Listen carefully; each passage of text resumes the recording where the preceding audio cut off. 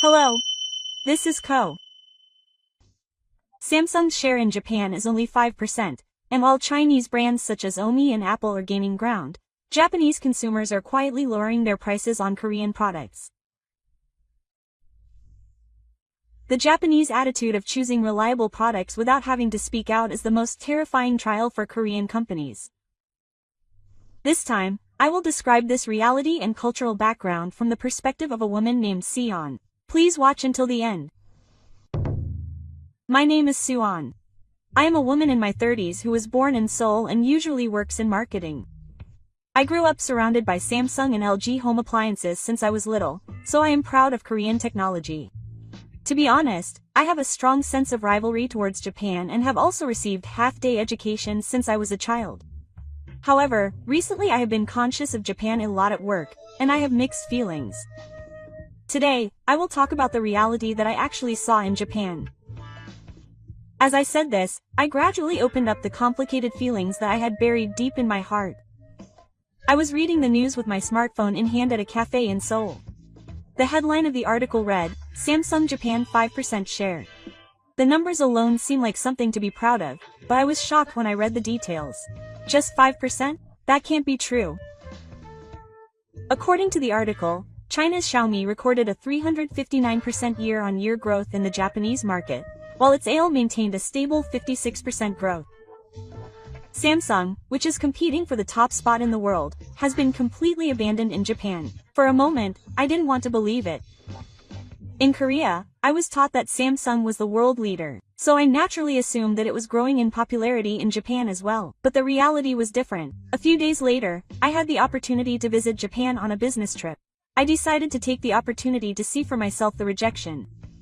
When I stepped into a home electronics store in Akihabara, it was bustling with people, even though it was a weekday. The latest iPhone section was crowded with people, some touching the phones and others waiting in line to make their purchases. On the other hand, what about the Samsung section? There were hardly any people there. Recently, more people have been coming to check out the smartphones than the Samsung ones. They have a reputation for having a good balance between price and performance. When I mustered up the courage to speak to a store clerk, he answered calmly with a gentle smile. It wasn't in the words, they were just sharing the facts. But I found that calmness to be frightening.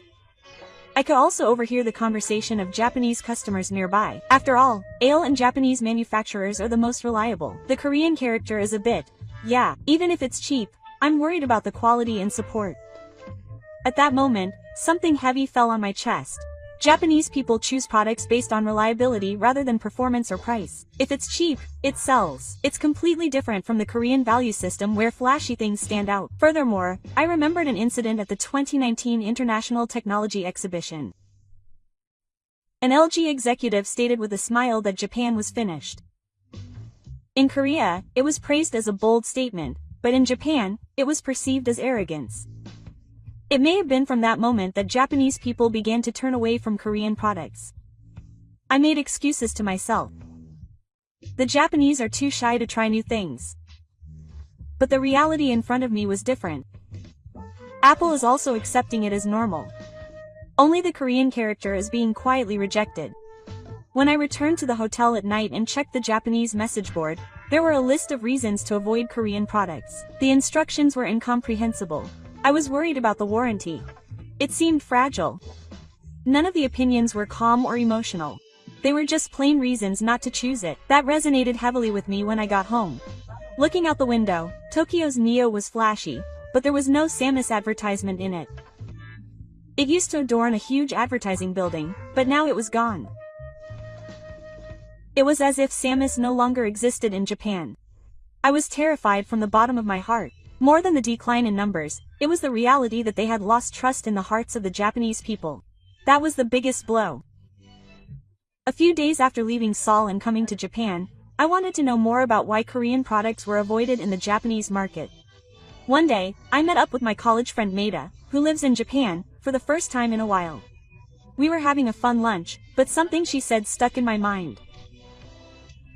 I bought some Korean home appliances before, but the instructions were so confusing that I couldn't use them properly and decided not to buy them again. She said it with a laugh, but I couldn't laugh. I didn't think the suspiciousness of the instructions was a big deal, but it was the deciding factor that made Japanese people feel that they were untrustworthy. I also heard from another acquaintance that the response to repairs was too slow. The warranty was complicated and hard to understand.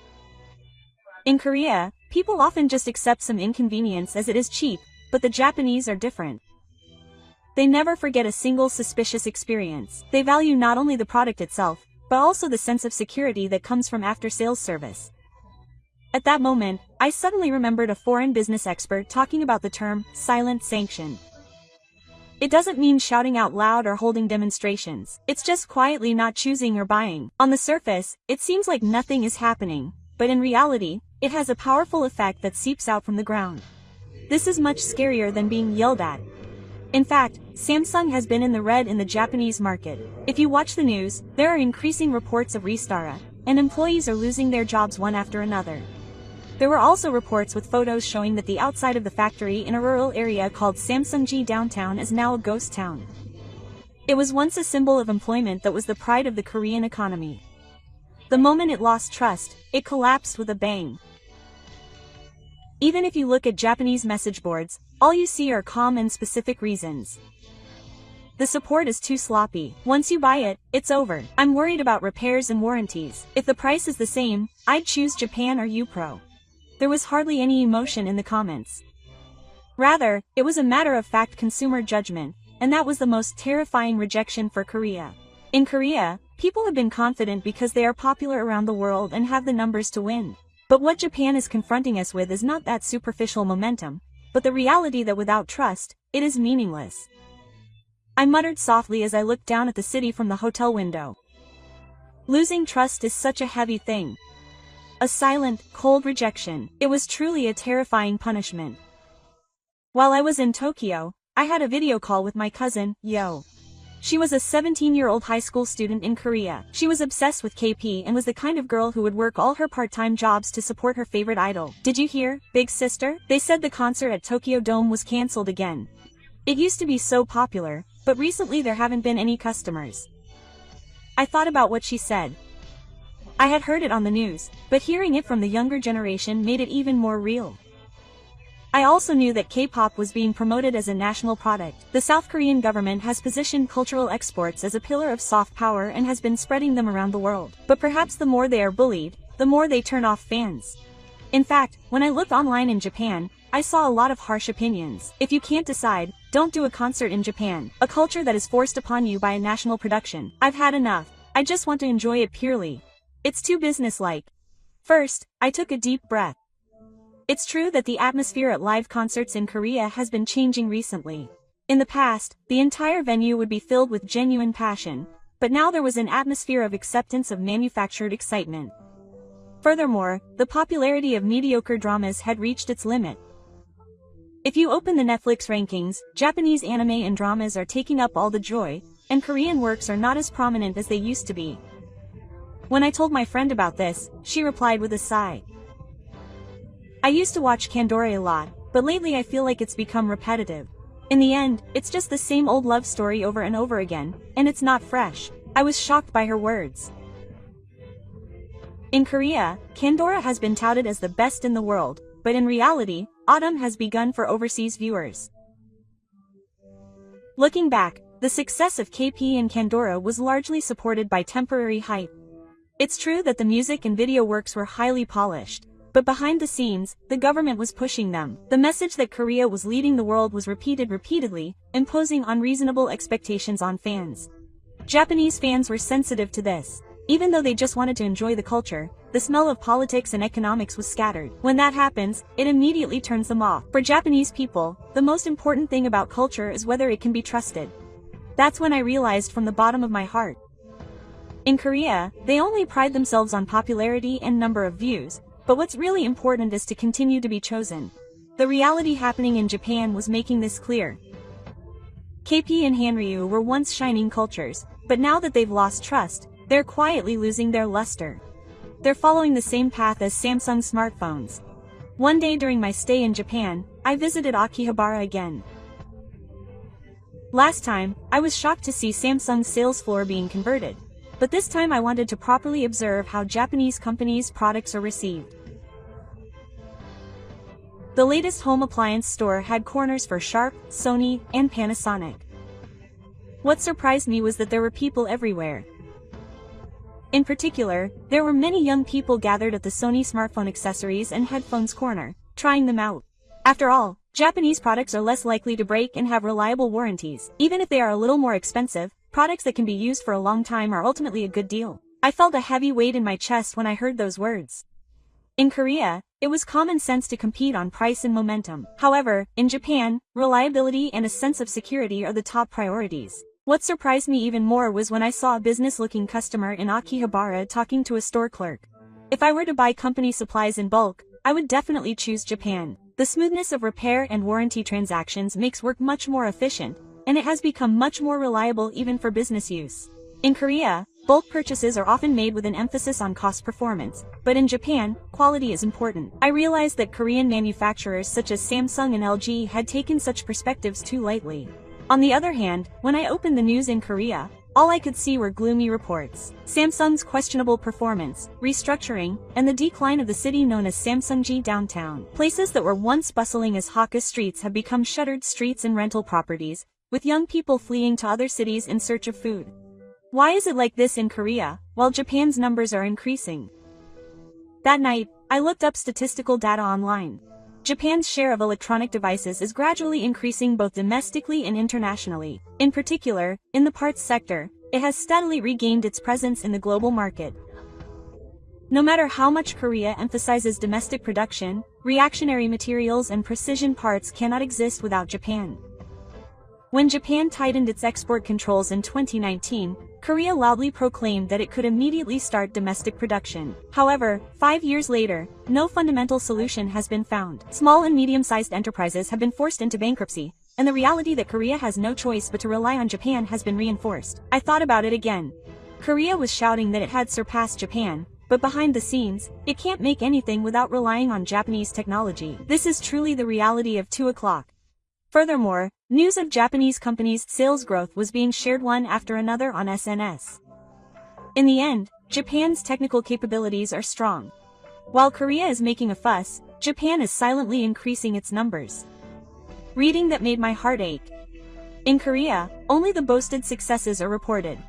But when you go outside, the numbers reveal the harsh truth. I muttered to myself as I gazed at the baseball games in Tokyo outside the window. It's not about momentum, it's about building trust. That's Japan's strength.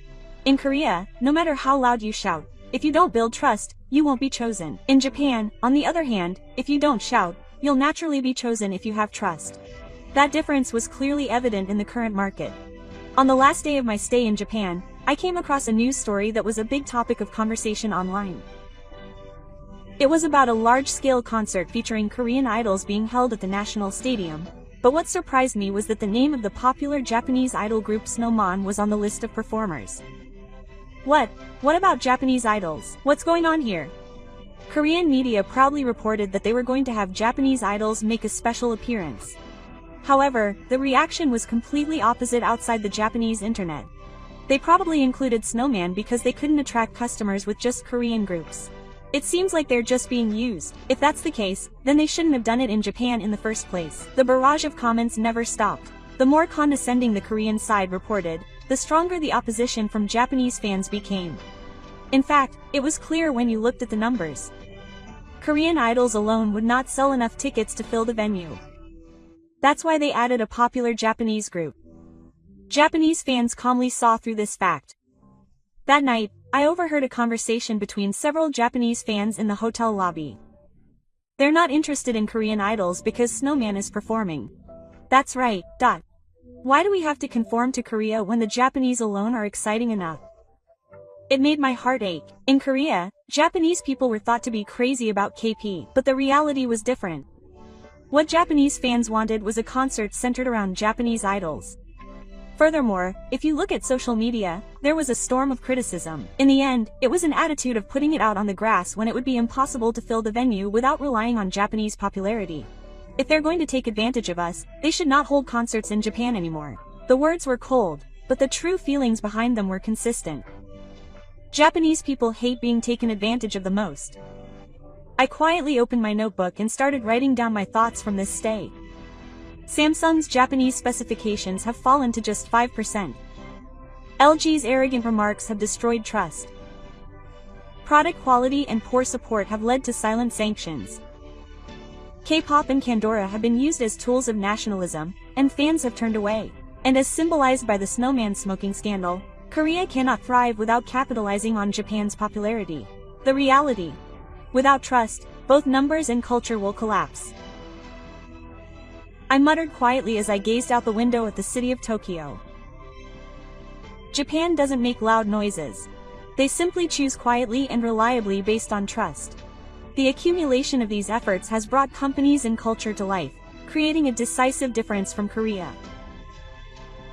Korea has yet to face this reality, but I have seen it with my own eyes and felt it with my own heart.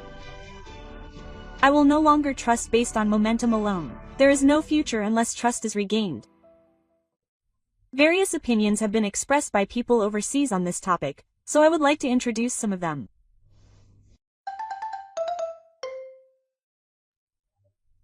Japan does not need to rely on Korea, so Koreans should stop relying on Japan and just rely on China. The snowman incident caused quite a stir online, didn't it? Koreans and K-pop fans objected, but it was a pretty lame excuse, wasn't it? What did you think?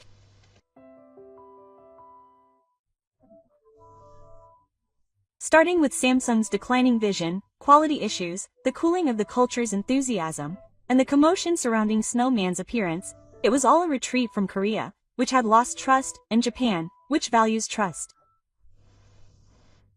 Silent rejections are heavier than numbers and are shattering the illusions that Korea has relied on. Accumulating trust is the only way to build a future. Please let us know your infections and opinions in the comments. Thank you for watching until the end. See you in the next video. According to the assets of a Korean economic researcher, Japan's losses were approximately 350 billion yen, while Korea's losses, including the tourism, distribution, and retail sectors, amounted to approximately 1 trillion yen. In other words, Korean society itself suffered significantly more serious damage than the blow to Japanese companies. Hello, this is Moko. In 2019, Korea called for a boycott of Japanese products as a nation. However, behind the scenes, Japan strengthened its export controls on reactionary materials, and the fragility of Korean industry was suddenly exposed. Although voices for a half-day increase on the surface, the reality is that neither industry nor life can survive on Japanese technology. It has also been reported overseas that the South Korean economy cannot survive even a single day without Japan. Please watch until the end to see the outcome of this contradiction and confusion. In July 2017, the Japanese government announced a policy to tighten export controls on 3 types of reactionary materials to South Korea. The target was a hydrogen photoresist polyimide, an indispensable material for South Korea's reactionary and display industries. If the supply of these materials were disrupted, the production lines of major companies supporting the South Korean economy, such as Samsung Electronics and SK Hynix, could be forced to immediately stop. In fact, reactionary materials were the pillar of the South Korean economy at the time, accounting for 20% of GDP, and supplies from Japan were a lifeline. This decision sent shockwaves through South Korean society. The government strongly protested, calling it unjust economic retaliation, and the No Japan movement spread rapidly again domestically. Street signs and social media were flooded with slogans such as, "Don't buy Japanese products," and "Don't travel to Japan," and supermarkets and convenience stores were lined with posters stating that Japanese products were not for sale. Uniqlo, a medical supplies brand, was targeted in particular, with calls for theft even being made at lectures in front of its stores. Furthermore, the number of South Korean tourists canceling trips to Japan increased, and in the latter half of 2019, the number of South Koreans visiting Japan had fallen by about half compared to the previous year. On the surface, it appeared as if the economic sanctions against Japan, such as the unity of South Korean public opinion, were successful. FRL Korea, which operates Uniqlo, suffered a huge operating loss, and at one point there were even rumors of its withdrawal from the South Korean market. However, this apparent success did not last long. According to the assets of a South Korean economic researcher, while Japan's losses amounted to about 350 billion yen, South Korea's losses, including those in the tourism, distribution and retail sectors, amounted to about 1 trillion yen. In other words, South Korean society itself suffered far more serious damage than the blow to Japanese companies. In addition, this movement created an unusual pressure to conform within the country. There were many incidents in which citizens who had purchased Japanese products were secretly filmed and exposed online as traitors. The situation in which consumer behavior was treated as a test of patriotism and free choice was taken away was criticized by overseas media as an out-of-control emotional buying rhythm. Major media outlets such as the BBC and the New York Times reported that the South Korean economy could not survive a single day without Japan, highlighting South Korea's vulnerability internationally. Meanwhile, Japan maintained a calm stance. It explained that the deregulation of export controls was a security measure and appealed to the international community that it was intended to prevent the possibility of military operations. In contrast to South Korea's emotional backlash, Japan's response was logical and was more likely to gain the understanding of the international community. As a result, the Japanese policy that South Korea had hoped for was not realized, and instead, its sense of isolation grew stronger. As a result, South Korea, which had intended to hurt Japan by boycotting Japanese products, ended up cornering itself both economically and diplomatically. Behind the boycott frenzy, society became increasingly restricted and unstable, and the industrial sector was forced to confront the reality of its dependence on Japan. Behind South Korea's calls for a boycott of Japanese products, there was a reality that could never be hidden. That is the fact that the South Korean economy and the foundation of life are deeply dependent on Japanese technology and products. While people were clamoring to eliminate Japan, the presence of Japan was etched into every aspect of everyday life. First and foremost, the reactionary industries were the most symbolic. Samsung Electronics and SK Hynix, which supported the backbone of the Korean economy, were major companies with competitive edge in the world. However, the manufacturing process depended on the supply of machinery materials and precision instruments from Japan. Japanese companies, led by Tokyo Electron, boasted a global share in the field of reactionary manufacturing equipment and materials, and Korean companies were in a position where they could not possibly replace them with their own technology. According to statistics, the domestic production rate of reactionary manufacturing equipment in Korea at that time was only about 8%, and the majority of the rest was reliant on imports from Japan, Europe, and the United States. Furthermore, the reality of this dependence was clear when looking at everyday life. Many of the refueling systems used at gas stations in Korea were made in Japan, and Japanese companies had an overwhelming share of the household boiler market. The devices that supplied the heat needed for floor heating, which is common in Korean homes, also relied heavily on Japanese technology. Furthermore, even the QR code, which is indispensable in modern society, was a Japanese invention and was widely used in digital payments and transportation systems in Korea. The most ironic example was smartphones, which are representative of Korea. Korean brand products such as Samsung and LG were sold all over the world as symbols of Korea, but when you opened them up, you would see a variety of Japanese products. In particular, the image sensors that are the heart of cameras were mainly made by Sony, and Korean companies had no choice but to rely on Japanese technology to complete their products. In other words, even products that were considered the pride of Korea were actually made by a collection of Japanese companies. As this dependency came to the surface, serious contradictions spread throughout Korean society. Those calling for a boycott attacked anyone who used Japanese products as traitors, and an unusual pressure to conform permeated society as a whole, leading to a series of incidents in which citizens were secretly filmed and their videos and photos were exposed online. On social media, people were criticized for helping Japan and selling out their country, and everyday consumer behavior was treated as if it were a test of patriotism. This atmosphere divided society. People who understood the convenience and quality of Japanese products felt the unreality of the anti-sale movement in their hearts, but they were unable to speak out openly. They feared that if they did, they would be labeled as pro-Japanese. On the other hand, ardent supporters of the boycott believed that Korea could become completely independent if Japan was eliminated, and clung to a pessimistic view that ignored reality. Foreign media calmly analyzed this abnormal situation. The New York Times reported that Korean nationalism was nothing more than an emotional outburst that ignored the reality of the industrial structure, and the Financial Times warned that the military mentality of Korean society was heading in a dangerous direction. The BBC went even further, arguing that Korea's half-day movement was a typical example of emotional gimmickry and that it could not escape the reality of its dependence on the global supply chain. Even in Korea, some scholars and economists spoke out calmly.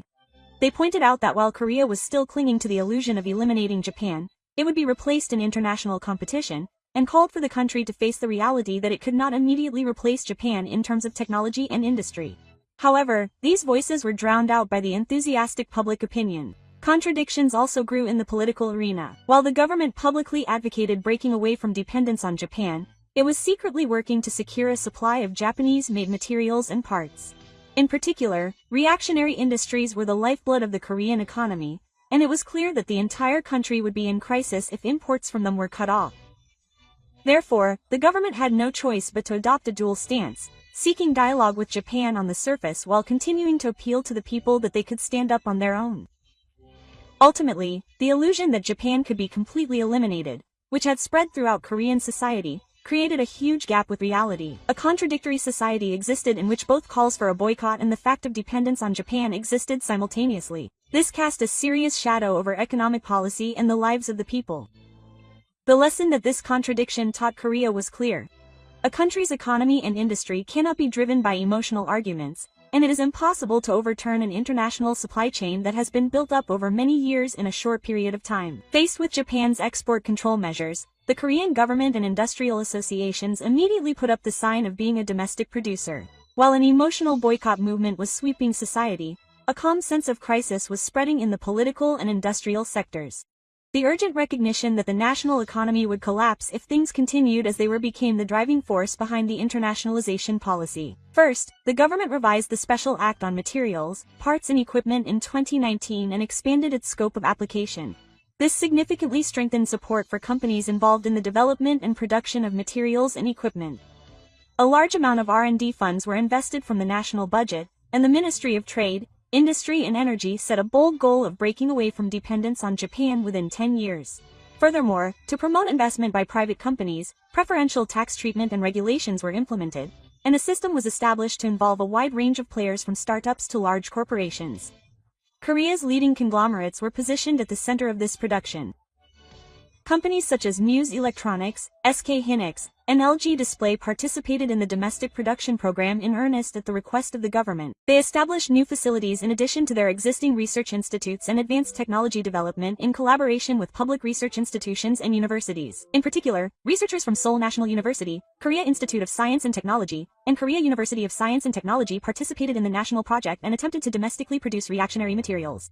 The results were seen the earliest in the field of public hydrogen. This chemical substance is essential for the battlefield process of reactionary materials, and Japan accounts for more than 90% of the world's share. Prior to the export restrictions, South Korea was only producing at the laboratory level, and industrial-scale supply was a pipe dream. However, faced with the crisis, several South Korean companies rapidly accelerated their research and development, and in just 1 year they went from pilot production to building mass production lines. The media called this a miracle of speed, and a national earthquake shook the nation that domestic production was possible. However, things did not go smoothly in all areas. The situation was more complicated for photoresists. These are a necessary tourist attraction for the microfabrication of reaction bodies, and photoresists for extreme ultraviolet lithography were monopolized by a few Japanese companies worldwide. Due to extremely high technological barriers to entry, domestic development progressed slowly, and eliminating dependence on Japan was not easy. To mitigate this risk, South Korea partnered with European suppliers such as Germany and Belgium to diversify its sourcing sources. It was a strategy of not putting all its eggs in one basket. This was only a temporary measure, but it also served as a means to reduce dependence in the long term. The South Korean government also stepped up investment in domestic startups. It commissioned Shinhyung to develop photoresists and new materials, with the aim of building a national-scale ecosystem. In fact, several startups were born, and while still in the research stage, they succeeded in developing prototypes. Although these were not immediately ready for commercialization, the fact that a new technology field was beginning to grow despite external pressure was seen as a sign of hope for Korean society. These efforts to promote domestic production were widely reported by the Korean media. Newspapers and television ran headlines such as "Turning Crisis into Opportunity" and "Korea No Longer Dependent," and heroically portrayed the efforts of the industry. This gave many Koreans a new sense of confidence that they could do without Japan. The focus of public opinion shifted from the boycott movement to a symbol of independence. However, many economists and scholars took a cautious stance. They warned that domestic production could not be achieved in a matter of years and that excessive expectations were dangerous. They pointed out that the materials used in sensors and displays were the result of many years of investment and the accumulation of advanced know-how, and that it would be impossible to overturn Japan's position in the short term. In fact, there was a large gap between success at the laboratory level and stable supply on an industrial scale, and evaluating the early results as problems could lead to disappointment and confusion. The international community also reacted in a variety of ways. A major American analyst reported that South Korea was turning Japan's sanctions into a positive economic climate, praising the efforts made to turn adversity into a springboard. A European economic consulting agency also cited South Korea as a typical example that highlighted the problem of supply chain dependency. On the other hand, Japanese experts analyzed that despite the success of domestic production, there were still issues in terms of quality and stable supply. In this way, South Korea, confronted with the reality of its dependence on Japan, sought a new path toward domestic production and succeeded in achieving partial results. However, the gap between the enthusiasm within the country and the calm assessment of experts remained unbridged. The dual structure of the national anxiety and the technological and economic barriers that existed in reality will greatly influence South Korea's future. When South Korea protested against Japan's tightening of export controls and promoted domestic production while calling for international support, the world's response was not necessarily favorable to South Korea. Rather, South Korea's excessive protests and emotional manipulation of public opinion were viewed with suspicion by the international community, creating a situation in which Japan's position was more easily understood. The South Korean government initially characterized the export controls as unjust economic retaliation and formally reported them to the World Trade Organization. It aimed to portray Japan as the bad guy in the international community, while simultaneously appealing to the United States and its European allies for guidance. However, the flow of international public opinion did not go as planned. First, the explanation of the measures taken by Japan was clear. The Japanese government emphasized the need to tighten the management of strategic materials from a security perspective, and demonstrated that it was a natural international duty to pay close attention to the export of materials that could be converted for military use. This logic was easy to understand for Western countries, and instead led to widespread doubts that South Korea was merely making an emotional fuss. Furthermore, at the time, South Korea was in deepening conflict with Japan over historical issues, including the military conscription issue, and the international community criticized it for conflating economic and historical issues.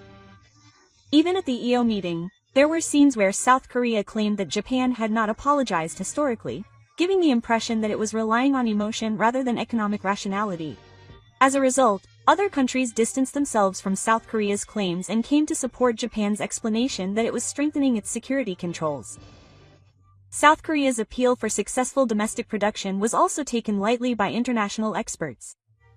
While the South Korean media reported in a long-winded manner that the country had overcome the crisis, overseas analysts calmly pointed out that the results of the laboratory meeting were being confused with industrial success. In particular, international experts in the reactionary major industries reported that South Korea is partially promoting domestic production, but it cannot survive without supplies from Japan and Europe, revealing the gap between the euphoric South Korean public opinion and its international allies.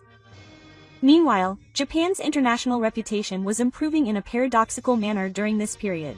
Despite imposing export controls, it was not seen as happy by the international community, but rather strengthened its position as a reliable export control country. European countries and the United States in particular praised the strictness of Japan's control system and reaffirmed Japan's status as an important partner in the international security system. An American think tank analyzed that Japan's measures were in line with international rules and were in contrast to South Korea's emotional backlash. The German Institute for Economic Research also assessed that Japan's precision technology is essential for the stability of the supply chain and that Japan's superiority in terms of reliability is unshakable. In other words, Japan once again proved its technology and reliability through this incident. These differences in international evaluations eventually became apparent in the choices of companies, investment destinations, and business partners. As many multinational companies reconsidered their supply chains, the widespread judgment was that it was safer to enter into long-term contracts with Japanese material manufacturers. On the other hand, South Korean companies were forced to diversify their sources of supply, which led to increased procurement costs and instability. South Korea also became increasingly isolated in diplomatic terms. The appeal at the WTO dragged on, and interest from the international community waned. The Afghan and European countries recognized that South Korea was the one making the noise, and deliberately avoided bilateral agreements with Japan. The international criticism of Japan that South Korea had hoped for was largely unsuccessful, and instead, the image of South Korea as an emotional and difficult country took root.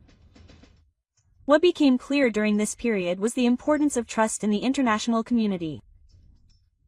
Japan had long maintained a stance of strict adherence to contractual purity, quality assurance, and security. As a result, there was a basis for people to accept that even if Japan took somewhat drastic measures, it was understandable. On the other hand, South Korea had an image of being an untrustworthy country due to its emotional half-Japanese policy and past actions such as ignoring treaties. In other words, the difference in the positions of the two countries was not a single incident, but rather the result of many years of actions. Within South Korea, there was great confusion over this gradual response from the international community. The government had been telling its citizens that the world was on South Korea's side, but the reality was the opposite. Some young people and intellectuals gradually began to question whether the government was deceiving the reality, and public opinion analysis progressed further. Ultimately, Japan's tightening of export controls meant more than an economic blow to South Korea. It exposed the common reality of a gap in international trust. And Japan ended up proving to the world the strength of its trust and the reliability of its technology. The No Japan movement that began in 2019 temporarily excited South Korean society.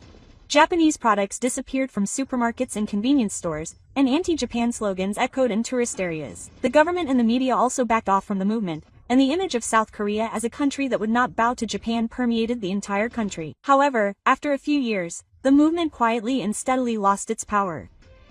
The first sign was consumer fatigue. Avoiding Japanese products was possible for a while, but in the long term it brought great inconvenience.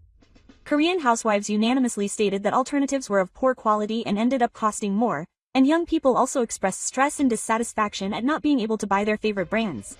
Complete elimination was impossible because Japanese parts were built into smartphones and cars. The contradiction of being outspoken but having to use Japanese products behind the scenes became widespread in everyday life. Furthermore, the fact that the very foundation of Korean industry depends on Japan made the movement unsustainable.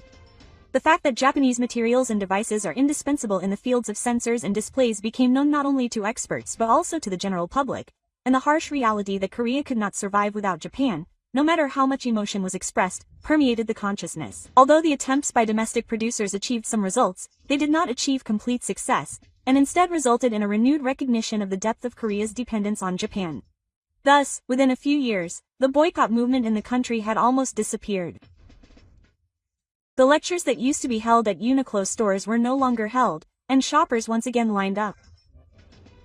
People who had refrained from traveling to Japan also began to visit Japan because it was close and convenient, and Korean tourists returned to regional cities in Japan. In Korean society, the comfort of daily life came to be prioritized over practicing the half-day movement. However, this series of developments left serious scars on Korea. In the eyes of the international community, Korea was seen as a country that had become emotionally agitated and ultimately succumbed to reality. The reputation of Korea as a country that shouted at the top but had no ability to act and ultimately returned to dependence became firmly established, and Korea became a member that lost trust. In diplomatic and economic negotiations, Korea began to take the easy way out, prioritizing emotions over promises. Furthermore, a sense of exhaustion and futility spread among domestic public opinion. The people, who had proudly proclaimed that they had surpassed Japan, were reminded of the reality that they had no choice but to rely on Japanese products. The ease led to quality, and the enthusiasm for the half-day movement came to be remembered as rather empty. The younger generation began to take a cold view of the half-day movement, believing that it would ultimately only end up cutting off their own necks, and the legitimacy of the half-day movement began to waver throughout Korean society. The biggest lesson this experience taught us was that nationalism alone cannot control the economy or technology. What is required in the international community is technological capability, reliability, and long-term cooperative relationships, not emotional affiliation. Japan won trust through a calm and rational attitude, while South Korea lost trust through its emotional response. The fact that this objective was clearly etched into the minds of the movement was the greatest outcome. Eventually, the recognition that avoiding cooperation with Japan was unrealistic spread among South Korean businesses and government officials. While they spoke of independence on the surface, they secretly resumed business with Japanese companies and sought cooperation in research and development. The old No Japan slogan was gradually forgotten as a thing of the past. In short, this boycott movement appeared to be an emotional victory but ended in a real defeat. And what remained in South Korean society were the painful memories of the limitations of nationalism and the harsh reality that without trust, the future cannot be realized. What did you think? South Korea's No Japan movement began with an emotional explosion, and after going through contradictions and exhaustion, it came to a quiet end. What remains is the reality of being dependent on Japan and the cold gaze of the international community. The lesson that pride and anger cannot change the economy or technology has become a bitter memory for South Korea. The key to realizing the future lies not in emotion but in trust and a sincere response to reality. Please let us know your thoughts and opinions in the comments. Thank you for watching until the end. See you in the next video. Next video.